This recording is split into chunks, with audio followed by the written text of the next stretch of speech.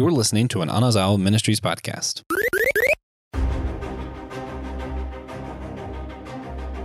Hello, everyone. Welcome to Systematic Geekology, and I am your favorite geek named Will. Well, there may be some other Wills in your life who are geeks that you love more, but I hope I'm your favorite Systematic Geekology host named Will, and today is a special collector's edition of Systematic Geekology. I believe today, when this debuts, we've been at this thing called Systematic Geekology for an entire year, and we produced and edited and put out there on the internet hundreds of episodes of content of where we've geeked out and had conversations about the big ideas and questions surrounding all those things we geek out on. And so today we just want to say thank you. I can't believe we've done it for a whole year, but we have. And so today is a shorter episode to say thank you. We're also going to kind of share again, if you haven't heard, our origin story of how we came to be, and then why we do this thing called Systematic Geekology and our purpose and mission, and then perhaps share a few things that of what we learned along the way. And then just to say we're super excited about year two. You know, in the comic book realm, year one is usually this kind of collector edition extra story where it talks about the hero and their origin story and how they're not perfect. They're learning. There's this big kind of learning curve of how they're learning to be hero. And over the course of this year, we've learned a lot here at Systematic Geekology about how to be a community and how to be brothers and sisters in Christ and how to share how we geek out on things and have healthy conversations. And hopefully we've modeled that for you guys out there. So, and I'm joined by some stalwarts and just pillars of the Systematic Geekology community. And so why don't you guys introduce yourselves and yeah, say thank you if you want, but introduce who you are. Yeah, I'm Josh with the Bad Opinions. Joshua Knoll, one of your co-hosts, one of the co-hosts of the Whole Church podcast as well. It's ironic that we're going to get into it later, but this show kind of birthed out of some stuff that happened at Whole Church, and over there we talk about church unity, and we kind of theorize of what could we do better on that kind of stuff. And this experience over the last year, and I think Joe would agree with me, especially between Joe and I, and trying to figure out what it means to lead this together with such differing opinions. It's like I had to take those ideas of unity, and then we had to figure out, well, how do we actually practice unity together? And if you pay attention, your host, you have a Methodist host, you have a Lutheran host, you have a Pentecostal host, home church host, you got whatever I am. I don't even know, man. It has been a wild ride. And today reminds me of an episode of Community. In season 2, there's a cooperative choreography, and Abed announces verbally when they're all stuck in their little study room and trying to figure out who done it and who stole Anne's pen. He's like, this is a bottle episode. All of a sudden, people are going to suddenly have flashbacks and they're going to be going back. And it's so the producers can save money. And we're all just going to only film this one scene. And guys, today is a bottle episode where we're going to be reflecting. You're going to hear, that reminds me. Yes. Yeah, without apologies. Welcome to the bottle episode. Without apologies. It's the bottle episode. What's up, everybody? I am Joe, one of the hosts here, host over at Buddy Walk with Jesus as well. And it's interesting how much of a theme year one has had that centered around coming together and doing this in any kind of measure of unity, because where it sits now, obviously year on from conception, especially from my vantage point, it kind of being part of the 1B part of the conversation, which we'll get there when you guys get into the origin story of it all. But coming together and leading this well and serving each other well and cooperating well and all of that was something that was a low-key theme in my life outside of this. And this ended up being a really major catalyst for building some of those muscles and all of that. Yeah. I told you guys we're going to have those remember when moments. Oh yeah.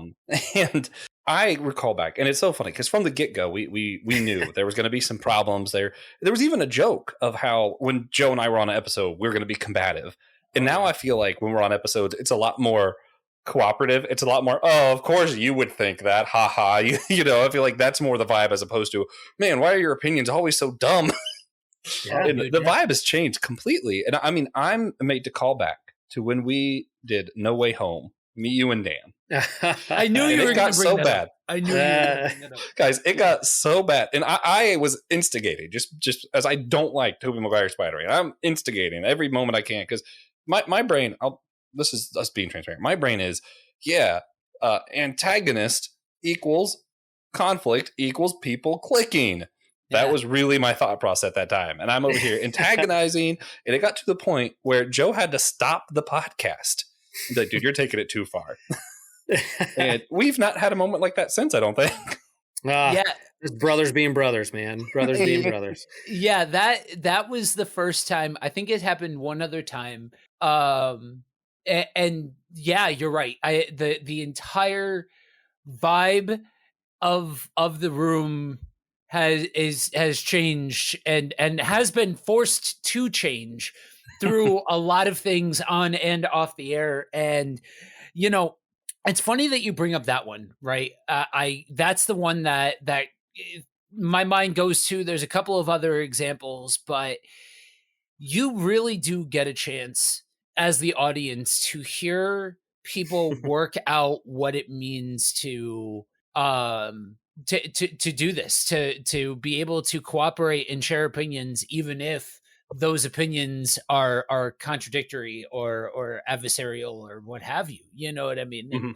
And I think there's so much proof text. One of the things that makes my heart smile now, being at the stage of life that I am now, and I have to laugh because even a year ago, to know, there's no way that I could have known that these kinds of things would be coming out of my mouth a year on, and especially getting a chance to do this kind of the facade, not the facade, the bells and whistles of it all are off for this episode. Getting a chance to do this with you two is poetic on a lot of levels. You know what I mean? It just simply is. And so it's cool. It's cool to get a chance to be able to see it from both sides. Getting a chance to go back and listen to some of the choppy stuff that we put out first, because everybody knows when you're creating content, the first 6 months, you just got to muscle through it. You just got to accept it's going to sound, you're getting your sea legs under you. But after that, getting a chance to see the growth of the people involved and know some of the stories behind the scenes and what all of this has looked like and how far we've been forced to come by circumstance and situation, as well as just time spent with one another. Man, that's totally a God thing, and it's really cool to watch. Oh, yeah. And the thing is, it's weird that you can see this both on some of the theological ends as well as some of the geek ends. There are things that we all still very much disagree about theologically. I mean, I told you guys, the panel of hosts we have are all from different traditions, wildly different in some respects. And you also have the other side of things where I'm like, Tobey Maguire Spider-Man, really? And Joe's like, you can't get behind Frasier? What? And like, we have managed to, and it's funny for me, it was challenging because I'm over here. I got known as the Church Unity guy, right? And it's all of a sudden the Church Unity guy is intentionally antagonizing someone over a comic book, right? Yeah. And how that happens in the church with other things, you know, it's like I learned not too long ago that Joe doesn't like Elf, the movie Elf. So the future is going to be fun with us talking about that. But yeah, if you read like Batman Year One, you see he doesn't have a full costume yet. He's like put on like a shirt and like a weird belt and like boots, and he's driving some motorcycle that doesn't even have the bat signal on it. So like, yeah, he becomes Batman as he learns and grows and experiences and figures out who he wants to be in the world and what his mission is, and he learns along the way. And I feel like that's what we've done in this community and what we'll continue to do. We don't see us shutting the doors anytime soon. We're going to continue to do this into year 2. So I can't wait to see that. Before we kind of go back to kind of share a little bit like our mission and why we do this, a little just a reminder of our origin story. As Joshua said, like I was on his whole church podcast talking about things, and it kind of came out in there that I like science and that I like geeky stuff and Star Wars and comic books, and we kind of off air talked about how we geek out on those things. And I came back on whole church, and I think the episode's called God Loves Geeks, and talked about how I created God Loves Geeks small group in my church. And then it was like, what if we did a spinoff podcast that did what we did with Whole Church, except in the geek world. We call it Systematic Geekology because we're geeking out together, but also have that theological, philosophical flavoring into it where we work out the big questions, which are already happening in these stories. And so how do we create that and giving people permission to geek out and be a person of faith in the world? And that's where it kind of blossomed from there. Am I leaving out any part there, Joshua and Joe, that you remember? Oh. The name. Trying to figure out the name. Mind you, while we were going through this, because I stumbled upon you run God Loves Geeks. Yeah. And it's a different Facebook page, all that kind of stuff. And I'm checking all that kind of stuff out. I'm like, okay, so we're going to do this thing. We're going to do an episode. It was going to be about God Loves Geeks originally on Whole Church. We were going to do that episode. And as I was planning for it, and if you don't know, I plan things months ahead of time. I'm a psychopath. And I'm over here planning this thing going, there is too much for this to be a one episode kind of thing. And I was like, what was funny is I didn't want anything extra to do. I didn't want any extra projects. I texted Will at some point and was like, hey man, have you ever thought about doing your own podcast? I kind of did like a light pitch to him. And I was like, I'm just going to try to convince this guy to do a geek Christian podcast because it needs to be done and it needs to be done well. And he's like, I have too much going on. And I'm like, yeah, and there's other people who do this too. I'm like, I don't want to pretend we're the only ones on the block. Like, I have some good friends that do it. Church of the Geek, Think Christian, Trip does it with Homebrew Christianity sometimes. There are other podcasts, Faith and Fandom. There's a lot of great podcasts. So I was like, I don't want to recreate the wheel, but if we have like a certain flavor we want to do in terms of systematic geekology, it's like, there's a lot of churches out there, but why not do a mission church if you feel like it's going to not compete with other people, but at least add to the kingdom of God in a certain way. Yeah, and that's where I checked out some other ones. Not all of them. I actually found a few that I really like since then. But at that point, I was checking out other Christian geek podcasts, and I was like, these are not great. I don't want to listen to these. So I wanted one that I enjoyed listening to be created. Originally, this was sort of a selfish thought. Right. And as the more I thought about it, I was like, okay, so he can't do it. And I kept thinking about it, and I felt like I had to do it. Like I don't want to say convicted. I was like, I have to do this thing. But I also do not have the time to do this. I'm getting back into college. I can't do this. And I was like, if I just get enough people to help me, I only have to record like once every 6 weeks. I could totally do that. Right. I wish I had a sound effect button. Wah, wah, wah. And then I started recruiting more and more people. And naturally, because it was people of completely different beliefs and all that, that completely changed the vision. It's no longer a Christian geek podcast. It is a weird mosh podge of all these different kinds of geeks and different kinds of Christians coming together and trying to form a community. And that is something that I had no idea what we were getting at first. Mm-hmm. I was just trying to be lazy. And then with the name... Yeah. Go ahead. I had originally pitched the name as the Geekdom of Priest. And it was literally just, we have a lot of people. We're going to keep it that way. That way I have to do as little work as possible.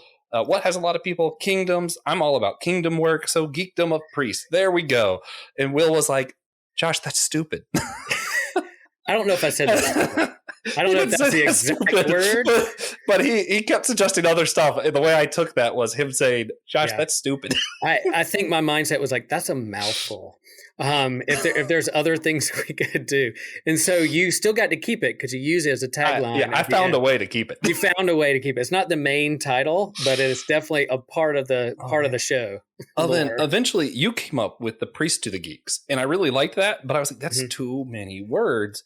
And ironically, the same person who actually helped name the Whole Church podcast, who was an atheist friend of mine, was like, nice. What's that book you have on your shelf? Why don't you just name it Systematic Geekology? And it's like punny too. And I was like, oh man, that sounds good. Stop doing this. I can't have all my podcasts named by atheists. Come on, man. Oh, I love it. See, look at God. Look at God working through everyone. Oh man, I love it. So from that point, Josh threw out the throwaway. Then I started recruiting a bunch of people. Well, that's where I came in. I was part of the first class, and could you please expound on how I recruited you? Because I think it's so bad it's funny, and they need to know. I love it. So he puts out a message in the Christian Podcasters Association, and I respond. I'm like, Christian Geek Podcast, sign me up, yes please.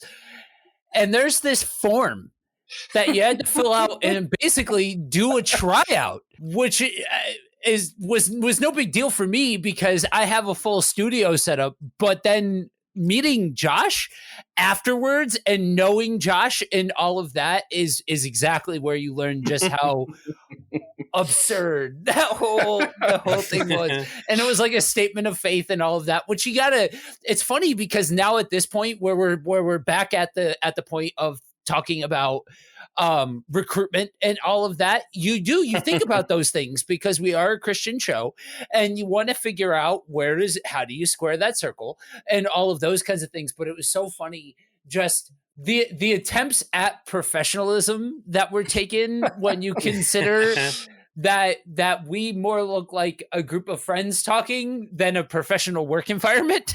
Well, yeah, I think the funniest thing is even like what I wanted at that point was just something that I could occasionally plug into and just kind of goofing around. It was a just for fun idea. And I was like, I need a full document of will you apply to be my friend, Joe? Like that's basically what that was. Applications for friendship. Who is available? Right. Well, that's when he asked me, he's like, do you want to do a podcast? I was like, I know how much work. I don't mind being guests on other people's podcasts because they do the legwork and the editing and the outlines. And I got words to share. I don't mind that. I'll hop on and talk. Yeah. I can show up and talk any day of the week. But like, the legwork that goes on. And I think those who are listening, there's a lot of podcasts out there. So people know this, that there's a lot of work that goes. It's not just you cut on your mic and you just ramble. I mean, sometimes that happens and we do that. But I think in terms of like the graphics and the sharing and cultivating community, I mean, a lazy project where we just hop in and talk about things. Community is not easy. Building community and friendships and discipleship and family is not easy. It's hard. It's meaningful. It's what we're called to do. Is who God calls us to be. But that which is worth doing is never easy. And so, this show hasn't always been easy, but man, it's worth it. And we're excited about it and we still geek out on it. And before this, even we got hit record on this episode, we spent an hour talking about the next couple months and the next year and some cool things are going down the line. And so just to share a little bit now in terms of why we do this, our mission and purpose, I'll chime in. I'll let my esteemed co-hosts hop in. Joshua. Yeah. And sorry, I'm trying to figure out how I want to do this. And part of that, it lines up perfectly for how Joe comes into the picture, right? It is, I like doing a lot of the groundwork stuff. I like doing the editing, all that kind of stuff. I feel like from the get-go, we had decent editing, quickly became pretty good editing once I realized this was something worth putting that extra work into.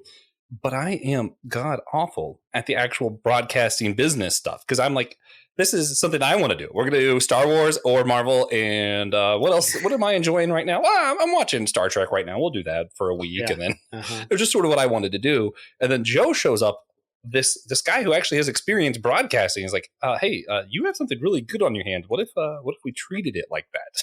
And that's where he completely changed the game.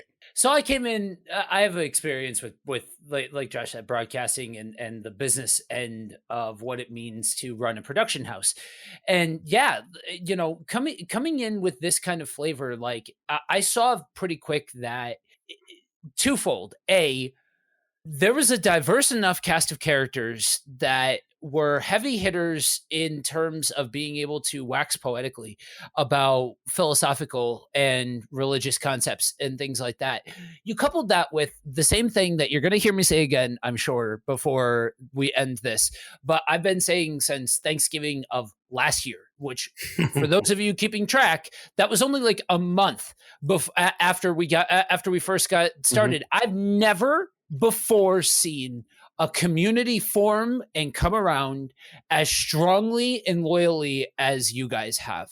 And you guys flocking to this in such a real way was a huge neon sign for me that like, hey, this is people are listening. This is people are engaging with this. People care about this. This is something.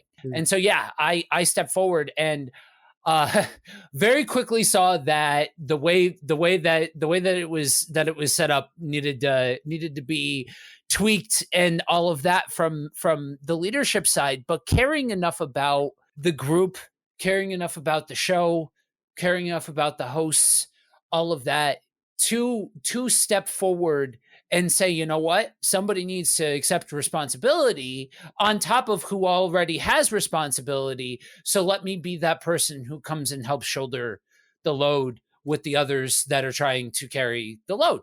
And, you know, even if at first I wasn't the most pleasant person to work with, I'll be the first one to admit it, guys. It's fine. It's fine.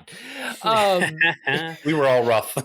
Yeah, it was rough starts, but coming in as a matter of choice and not being a part of the 1A side of the conversation, I think has lent to a pretty cool dichotomy between us, because it's a different, I get to tell a little bit different of a story than you guys get to tell. You know, you guys set up the field and opened the door for me to take the field, and by process and through situation and circumstance became part of the leadership contingent of this thing, but a part of a whole, part of an organism, right? And that's what I think part of the coolest thing about the entirety of SG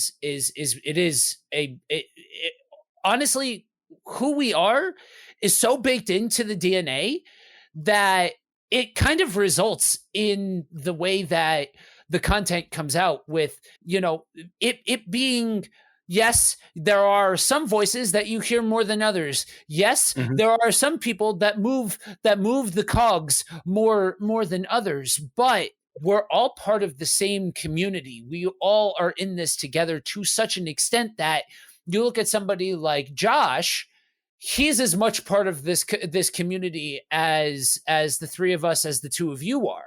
You know what I mean? Yeah, and I think there's a little biblical analogy about the body working together, an organism, and certain limbs coming at it, and organs coming together. I think 2,000 years ago, someone wrote something about that, and it still applies. Yeah, so whenever Joe started stepping up, and part of what the big thing with Joe was, is he saw what I was doing and going, dude, you're doing too much. So he brought along Brandon, one of our previous hosts, and Brandon happened to be going through seminary, different stuff. And part of what he was learning is forming this polity, forming, you know, more structure, part of the theology side of things. So whereas Joe came up beside me, is uplifting me and showing me how we do this broadcasting thing more professionally and just, you know, good. And all of a sudden, Brandon's coming up at the same time and saying, yeah, you have to have actual statements. Even if we're going to be open, we're going to have this many denominations, we still have to have some idea of what we're about, and writing that out and formulating that. And that's where we have our own document just for our hosts, where we started putting some of this to words, putting it together. And a lot of it came down to going back to the initial thoughts of how we do all of this. Where did our ideas come from? That why we started this? And some of that a lot of it, honestly, comes from where Will started the saying that we all have been saying, that you can be a Christian and not be a jerk. Right. Yeah, I think I used a stronger word than jerk, but this is a family show and I don't want people to delete me out. But I think I think, you know, I'm all about, and that goes back to me working on kind of the Comic-Con scene, and being invited at our local Comic-Con to do panels of finding God in comics, or theology and geekdom, and even moderating other non-religious panels of just interviewing creators. And they're like, this guy's a pastor who also, who also likes geek stuff. And so at one of these Comic-Cons, I did a finding God in comics or that kind of thing. And somebody in the room after thanked me and said, gee, I didn't know I could be that. And I asked what? I said, what? And she said, a person of faith and a geek. I can love Jesus and dragons, you know? And I'm like, man, that was so uplifting for me. That was like, my mission is going to be that, yeah, you have permission to be a person of faith and a geek. And yeah, there's healthy ways to do that and to play that out and think through those things. And we hold each other accountable in community, but yeah, you can be a Christian and geek out. Yes, you can be a Christian and not go into kind of toxicity of fandom, because all fandoms can lean into the toxicity of whatever it is, whether it's Star Wars or the church. And so we're trying to create, why we do this is to create a model of how to have a healthy conversation around these things, even if we disagree. And we don't always do it perfect. We confess, we apologize, we grow, we learn. And that's what we want to model for everyone else out there. And we'll continue to do so. But yeah, we can be a Christian and we can geek and we can be a person of faith and not be a beep. Yeah. And of course, there was more to it. We picked up things even from from guests on the show. We want to show that we want people to know that they are loved, right? We want people to know that they're cared for. We want people to know that you don't have to agree on everything. So many different things, and we all have our own missions for our own shows that we bring with us. Joe's bringing this kingdom work aspect. I'm bringing this church unity aspect. Will's bringing this Reformation aspect to the game, right? Goofball. And he's bringing the goofball aspect. TJ's bringing up. I love this term for how TJ views spirituality. It's casual spirituality or something like that. He calls it. I forget what it is, but he's basically he trusts God enough that he's just always casual about everything, and that's what he brings. Yep. Yeah, so that's again, and we've said it before and we'll keep saying it, that like if you're wrestling with a big question, or if you're not knowing how to handle a certain fandom, or whether you or you're really wrestling with whether you matter or whether you are loved, we're here to say that you do matter and that you are loved no matter what, unconditionally. And if you want to talk about it, we're here to talk about. You can DM us, you can message us. We have a website, we have social media. I'm proud of what we've formulated there. That, this is not a bait and switch. We've said that from the beginning as well. Part of our purpose is that from the upstart, this isn't like, oh, we're going to dangle like a geeky thing in front of you, a carrot, and then just switch around and hand you like some like salvation track. We're like, no, we're genuine people and genuine people of faith and genuine geeks. And if you have questions, you wrestle with stuff, we're here for you and let you know you're not alone. We're part of one big community. I feel like I remember an aha moment that Joe had pretty early on, and I might be wrong, but depending on how I read this, because I didn't know Joe that well at this point, but I feel like I remember there being a conversation we had where I said something along the lines of, not every episode has to have a big theological ending. Some episodes are just going to be more geeky. Mm-hmm. And it's like I saw something click when we were talking about it, and that was said, and Joe's, oh, that's what kind of show this is going to be. Yeah, it's when you're trying to do something like Christian geek culture, you, like Will said, there's so many different versions of this. There's so many different examples of this done well. Sure, there's plenty of examples of this not done well, but there's tons of examples of people trying to earnestly figure out how to be a part of geek culture and display the authentic God. And, you take somebody like Dallas and Celeste, right? Dally has been doing what I do and what I bring to this for almost a decade with his ministry. And their whole gimmick is letting people know that they are loved. Mm-hmm. Like if you know nothing else, just know that you're loved. And that's their mission to the geek community. And I look at other examples like that where this firmly qualifies as doing this, like they are being authentic and checking these boxes, and that is their flavor. That I never saw us as that in particular. Mm-hmm. We were not a sermonized version of enter fandom here. That was not our gimmick. And so finding that and leaning into that, I really think has been the thing that has allowed us to really flourish. And that's understanding that we are a unique creature. We are a unique beast in the space because we are allowing, yes, we are God forward. Yes, we are God first, but we're not shielding ourselves and insulating. We're not insulating ourselves in a way that doesn't allow us to enjoy things and have passions and all of that, because that is enjoying things about this life is a God-given gift. There's tons of conversation to be had about what your heart and what your spirit and what all of that looks like.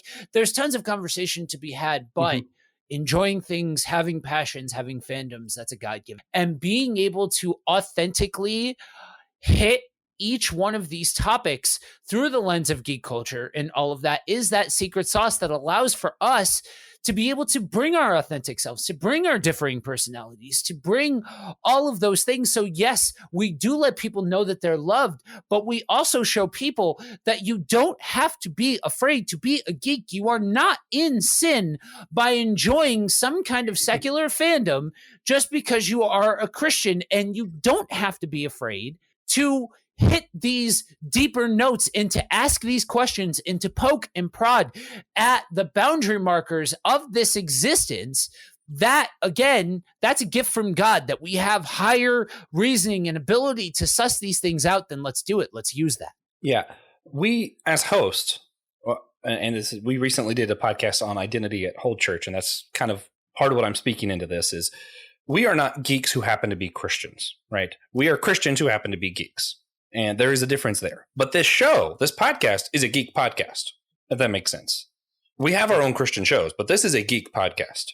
And the thing is, the reason we don't always have Jesus in every single episode is I think what sets us apart is we are not, a lot of Christian podcasts are, let's show them that they're loved kind of stuff, like you were mentioning, or a lot of them will show where does this theme fit into the Bible and how does the Bible fit into this kind of stuff. Let's look at the themes, let's think about it deeply. And if it does relate to the Bible, we're going to bring that up. And if it doesn't, we're just going to talk about this theme. We're going to think deeply about things. Our gig is we want to think deeply. Sometimes it is challenging us because this is completely not Christian, right? It just depends on what we're talking about. Yeah, and I think a big part of this too is we're having fun. Like, the part of this was like, man, we were just talking about the schedule. It's like, I know my schedule. I probably should let some things go, but I love these things so much and I want to talk about it. I want to be a part. I look at our schedule and I'm like, I want to be a part of that conversation. I just can't do it right now. But man, I'm jealous because I want to talk with them about this and that kind of thing. So yeah, how to work-life balance and faith balance, all those things come into play as well. And I'm hoping as we continue to, my hope for the next, year too, is that we continue to widen our circle and our friendships and our relationships. Our goal is not to create rivals, but friendships, and to widen the table and to bring people to the table to have these conversations, whether we join up with other podcasters, or we go join panels at Comic-Cons, or sit up a table and talk to folks live and in person at other places or events. I'm hoping we'll be able to get to that point at some point, but yeah, we're having fun. We're people of faith. We're doing community, which isn't always easy. But we want to be our authentic selves, geek out, and then just say, you know what, we also really love Jesus and want to share that with others. Yeah, I confession with the saints time, as Joe would like to call it. I make the schedule. And sometimes when I put out there in the text, we need X, Y, and Z covered, there have been times that I have known that I can't cover them because I'm doing too much, but secretly hope that no one signed up, so I had to. I'm like, come on, guys. No one signed up for this what if Qui-Gon, one thing. Just no one signed up for that. Just Joe, you can do it, and everybody else be afraid of it. Come on. And that didn't happen. Everybody wanted to sign up for that one. I was like, okay, I'll do the responsible thing and stay out of it. But I didn't want to. Yeah, and this was going to be a short thank you episode, but of course, us together, we're passionate. We want to share. We might go on another 30 minutes. We can't do that, but friends, that was fun, reminiscing and sharing. I'm feeling very warm and fuzzy and thankful. Instead of doing recommendations, we're going to do something a little different and just share something that we're thankful for over the last year. And I'll kick us off. I'll just say I'm really thankful, as Joe mentioned, how quickly this community got off the ground, and then how the friendships and brotherhood and sisterhood, family, that new friends that I've fostered through this community, and the circle is widening as we speak, as not just those who follow us on Twitter or chime in on Preach to the Geeks on Facebook, but yeah, we're opening doors to friendships and a wider table for people to sit and have a supper of the saints together. And I'm super, super thankful for that. A lot of biblical images of the community of saints and a big banquet that's going to be there waiting for us. And we're beginning that and starting that now. It's not something way off in the future. It's happening now. New Year's party. We're going to have all those. That's what he's talking about, right? Maybe. Yeah. I'm just really thankful in general. I see if I can remember the guy. Is it Jeff Jones, the guy who wrote the Green Lantern comics? Jeff Johns. Jeff Johnson. I was close. I've never read one of those until this year, and it was because of our host doing an episode about it. And there's different things you guys recommended. I have expanded my comic book interest and love. Yep. And because of different things you guys have said and challenged me on, I've expanded. My theology has changed over the last year. I have grown so much as a person, not just because of the other host, but also because some of our audience members, stuff on that Priest of the Geeks thing, some people have shared things and commented different ideas and suggested different books that I went and checked out. And I'm like, man, I feel like I have expanded as a person. I've grown a lot in the last year because of this show specifically and because of our audience and our other host. You're all awesome. I feel Joe and I had very much what Green Lantern and Batman had in that comic book, at the beginning, where they necessarily weren't always the best of friends. And throughout other things I've read, they kind of came to understand one another and realize we were on the same team the whole time. And the way you think is just really weird to me. And when we learn to work together, we become the awesome Justice League. Yeah, there you go. And I'll just second that. Like, I feel like I have my finger on the pulse of geek culture, but every time I listen to an episode, I learn something new or a new recommendation. That was a big part from the beginning. We said at the end, let's do recommendations because, I want to learn and grow what people are geeking out on and not just my own little small algorithm of things my ruts and routines that I get into, but learn and grow with that. Yep. The stuff that Josh has recommended since he's been on, I would have never heard, before. Which that's my one hope for the show. Just like I was able to recruit Joe by, I guess, God's will, sheer luck, whatever you want to call it, and now he is in the process of helping us recruit new people. I would love it if in the next year we were growing so much more that one of those recruits are helping him recruit somebody else. And we just keep this thing going. Yeah.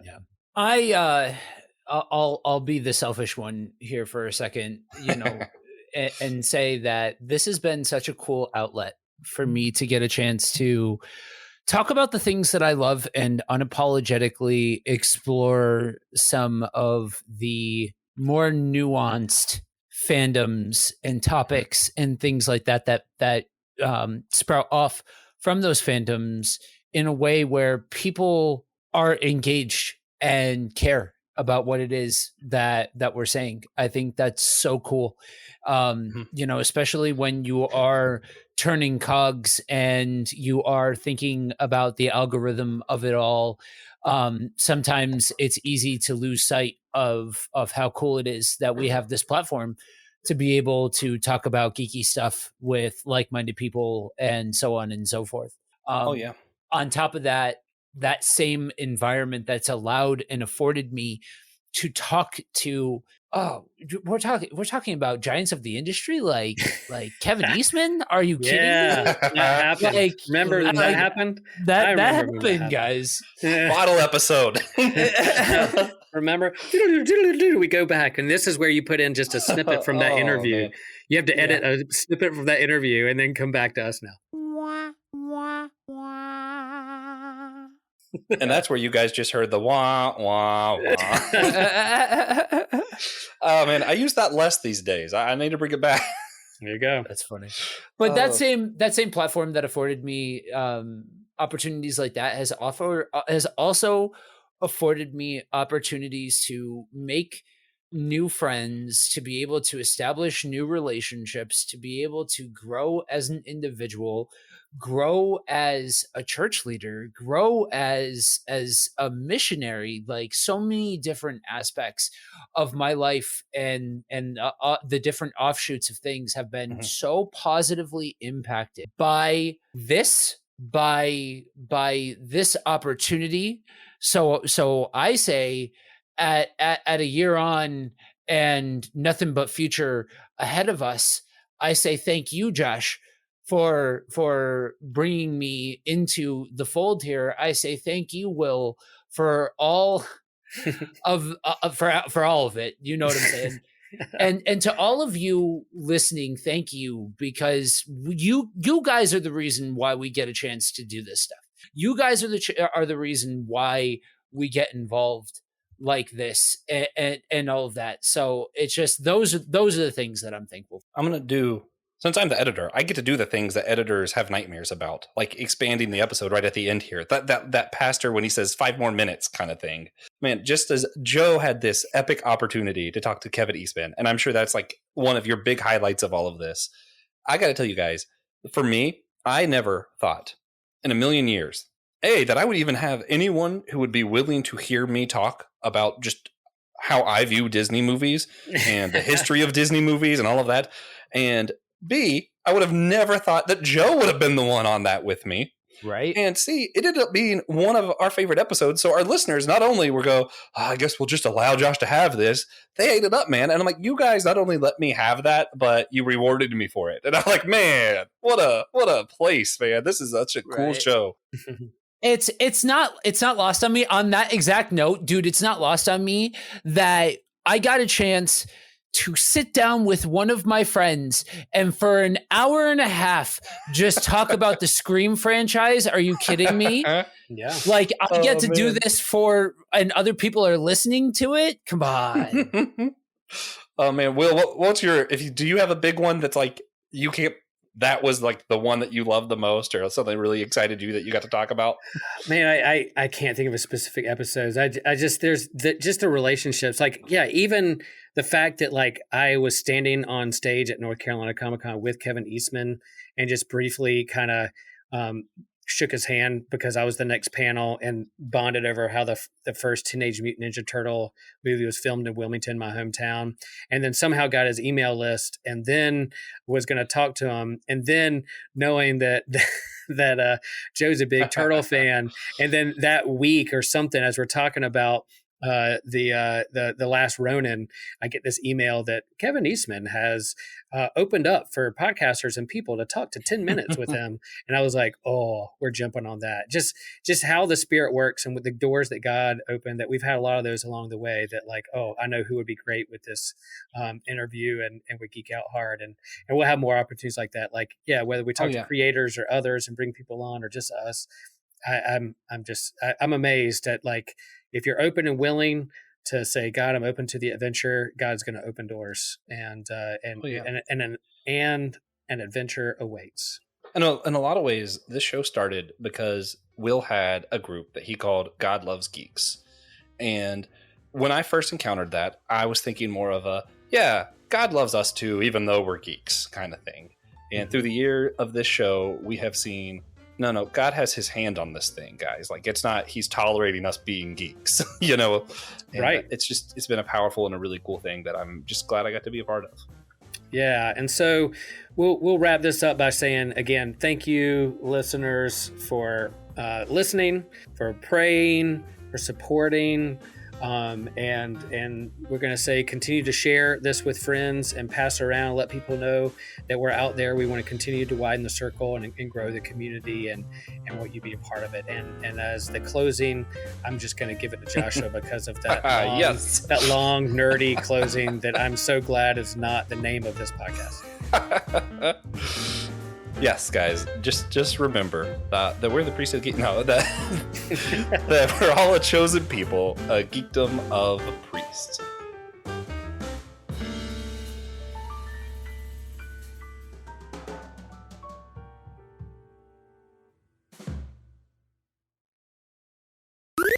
This was an Anazao Ministries podcast. If you enjoyed this show and would like to learn more about our network, be sure to check out the Anazao Ministries podcast network.